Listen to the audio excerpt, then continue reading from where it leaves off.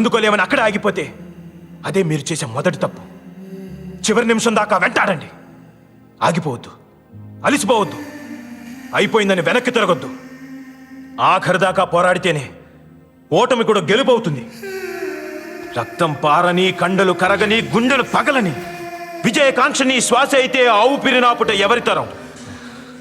నీ ధ్యేయం, నీ ధైర్యం, నీ హక్కే నీ సైన్యం. ఆ సైన్యం నీ తోడుంటే గెలుపెప్పుడు నీ సొంతం. ఈ పోరాటంలో ఉన్నది మీ 15 మంది మాత్రమే కాదు, మీ బతుకుంది, భవితుంది. వాళ్ళందరి కోసం గెలవాలి. ఇది మన నేల, మన సొంతం. ఇందులో ప్రతి అంగుళం మనది. గెలుపు ఓటమికి తేడా కూడా ఒక్క అంగుళమే. 1 inch, 1 bloody inch. As a team we fight for that inch. We tear ourselves and everyone around us to pieces for that inch. We claw with our fingernails for that inch.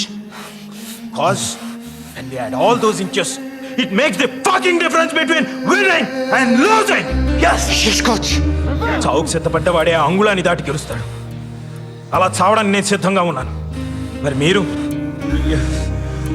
What are we going to do? Do or die! What are we going to do? Do or die! What are we going to do? Do or die!